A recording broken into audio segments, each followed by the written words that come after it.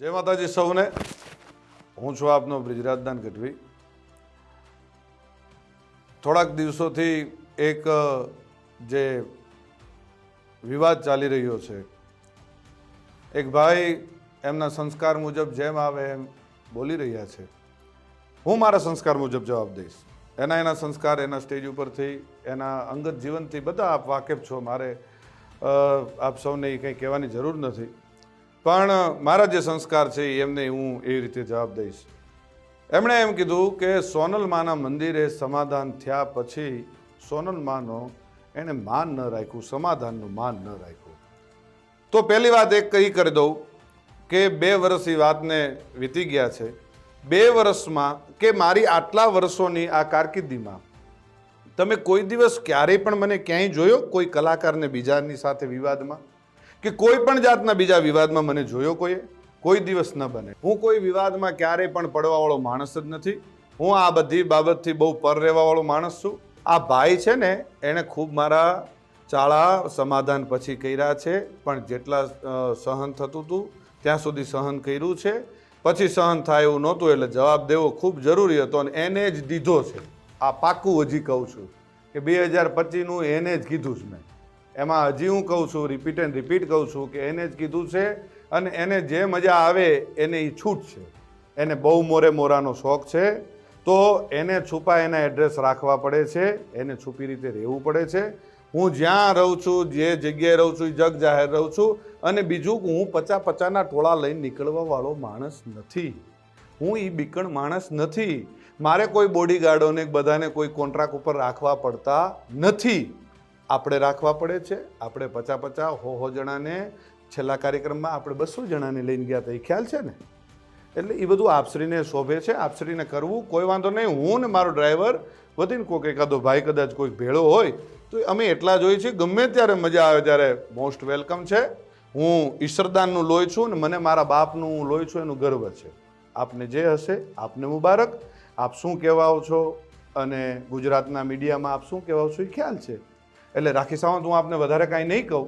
રહી વાત હું જુવાનિયાને બગાડું છું એવું આપશ્રીનું કેવું થાય છે, તો પહેલી વાત એ કરી દઉં કે દુનિયા આખીને ખબર છે કે હું દુનિયાને વ્યસન મુક્ત કરાવું છું.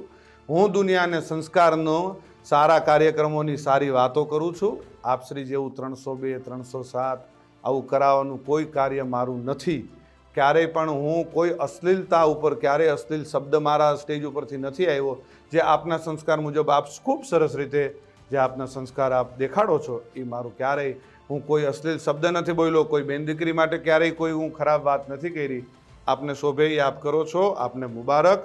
અને મોરાનો જ્યારે પણ શોખ હોય ત્યારે કોઈ પણ જાતનું મનમાં ન રહી જાય, મનમાં ન રાખતા. વેલકમ છે અને મોસ્ટ વેલકમ છે. મારે તમ તારે કોઈ બીજી આપની સાથે બીજી ચર્ચાઓ નથી કરવી, બીજી વાતો નથી કરવી. પણ મારા ચાહક મિત્રો, મારા બાપુના ચાહક મિત્રો, લાખો કરોડો ચાહક મિત્રોને માઠું લાગ્યું છે. અને આ માત્ર તમે મને એકને નથી કીધું, ચારણ સમાજને કીધું છે. તમે જે શબ્દ વાપર્યા છે મને મારી એક માટે નથી વાપર્યા, ચારણ સમાજ, આખા ચારણ સમાજને તમે સંબોધીને કીધું છે. અને બીજું કે જે આપશ્રીના રોટલા ચાલે છે ને, એ કોના થકી ચાલે છે ખ્યાલ છે ને? મારા પરિવારનું હું નથી કહેતો, ચારણો થકી ચાલે છે.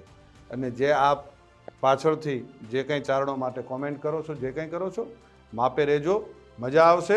બાળકોને બાયું ચડાવવાની કે જુવાનિયાને બાયું ચડાવવાની શીખવાડવાની વાત કરો છો, તો એ તમારે ઓલો બાળક જે આવીને બોલે છે એ કોણ, એ કોઈને ખબર પડે? એ સ્ક્રિપ્ટેડ છે આ બધું, એ નથી ખબર પડતી.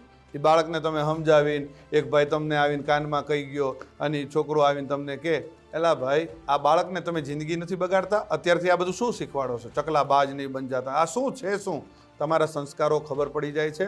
એટલે માપે રહ્યો, પાછા વળી જાઓ. અને રહી વાત ડાયરા ઉપરથી કોઈ કોમેન્ટ કરવાની, કોઈ ફિલોસોફી કરવાની, તો એ ખાસ હું કહું છું કે કોઈ પણ જગ્યાએ જાઓ તો કોઈ પણ રીતે કોઈ પણ કોમેન્ટ કર્યા પહેલાં ખૂબ ધ્યાન રાખજો અને કોઈ પણનો ડાયરો બગાડતા નહીં.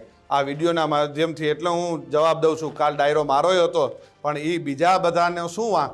મારે બીજા બધાનો એ જે કંઈ આપણે વાતો કરવા જઈએ છીએ, એટલે એ બધી વાતો મેં કરી. અને ખંભાળિયા જે ડાયરામાં હું બોલ્યો એ સંપૂર્ણ મારા પરિવારનો ડાયરો હતો, મારા સમાજનો ડાયરો હતો, એટલે હું બોલ્યો હતો. અને જ્યાં જરૂર પડે ત્યાં બોલવાનું છે. અને જે તમને શોખ છે ને મોરાનો, એ મોરે મોરાનો શોખ તમતાર જ્યારે પૂરો કરવો હોય ત્યારે મોસ્ટ વેલકમ છે. આવી જજો મોજથી, મનની મનમાં ન રહી જાય એનું ખાસ ધ્યાન રાખજો. અને જેને લાગુ પડે એને નહીં, હું આપ શ્રીને જ કહું છું. શું આ બ્રિજરાજદાન ઈશ્વરદાન ગઢવી આપ શ્રીને જ કહે છે, એટલે આ ખાસ વાતને યાદ રાખવી હો. અને જે ચાળો કરતા હોય ત્યાં કરવો. જૂનો રાફ ન છેડીએ એમાં જાગે કોક જડાગ.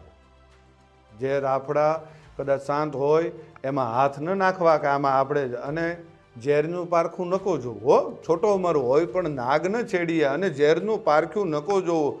નાગના ચાળા ન હોય, નાગના બચ્ચાના ચાળા ન હોય.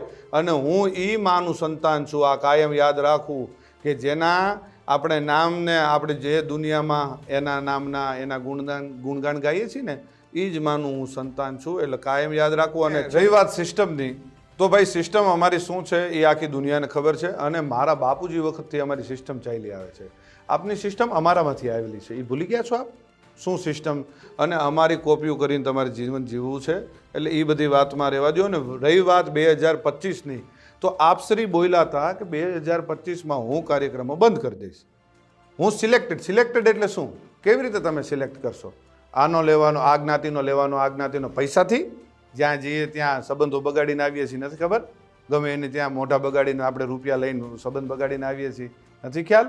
બધી ખ્યાલ છે. બધી ચોખોટું, ઘણી બધી ચોખોટું હું કરું ને તો ઘણી બધી ચોખોટું થાય અને દુનિયા થૂ કરશે. એટલે મહેરબાનીથી શાંતિથી તમે જે કરતા હોય એ કરી ખાવ. અને જેમ બંધમુઠ્ઠી છે, આ જે બંધમુઠ્ઠી છે ને એ જ જમાવટ છે. જો ખુલી જશે તો તમને કોઈ પણ રીતે સહન નહીં થાય. એટલે મહેરબાની કરીને શાંતિથી તમારું જીવન જીવો. અને આપશ્રીની એવી ટેવ છે કે આપણે સવારે બોલીને સાંજે ફરી જઈએ, સાંજે બોલીને સવારે ફરી જઈએ. રોજ આપણે ફરી જવું હોય એ આપશ્રીના ખૂબ સારી રીતે આપના સંસ્કારમાં હશે. અને ખૂબ ફરવું, કાચીડો જેમ રંગ બદલે ને એમ આપણે રંગ બદલીએ છીએ. એ તો આપની માટેની ઘણી બધી કહેવતો છે. આપને રાખી સાવંત કહે છે, આપને કાચીડો કહે છે, આપને શિયાળિયું કહે છે, બધા ઘણા બધા છે. અને જે 18 વર્ષને આપ સાથે લઈને ચાલવાવાળી હમણે જે આ 2025થી આપને જે ભાવ જાગવા માંડ્યો છે, ખબર નથી? મારી માફી માંગ્યા પછી માને મારી માફી, બીજી સમાધાનવાળી વાત મને અત્યારે યાદ આવે છે. સમાધાન? ભાઈ હું સમાધાન કરવા આવ્યો હતો? આપશ્રી આપના 50 જણાને દોડાવ્યા હતા કે બ્રિજરાજદાનભાઈ યાર જલ્દી સમાધાન કરાવી દો, નકર આમ થઈ જશે ને તેમ થઈ જશે. એટલે એ બધી વાતો બંધ કરો. અને બીજી હજી એક વાત કરી દઉં, 18 વર્ષને સાથે લઈને આલો છો. કેદી આવેલા તમે? ખબર નથી? એક કાર્યક્રમમાં, જાહેર કાર્યક્રમમાં 10,000 માણાની, જે તે સમાજનો કાર્યક્રમ હતો, 10,000 માણાની વચ્ચે માફી માગવી પડી હતી. ભૂલી ગયા છો? ખોટી બધી વાતો બંધ કરો. જે કરતા હોય કરી ખાવ. અને જે કંઈ થોડું ઘણું તમને આ જે ડાયલોગબાજી આવડે છે, જે કંઈ ટૂંકી વાતો આવડે છે 2-4 મિનિટની, એ કરી જાણો અને મોજ કરો. જય માતાજી, જય દ્વારકાધીશ.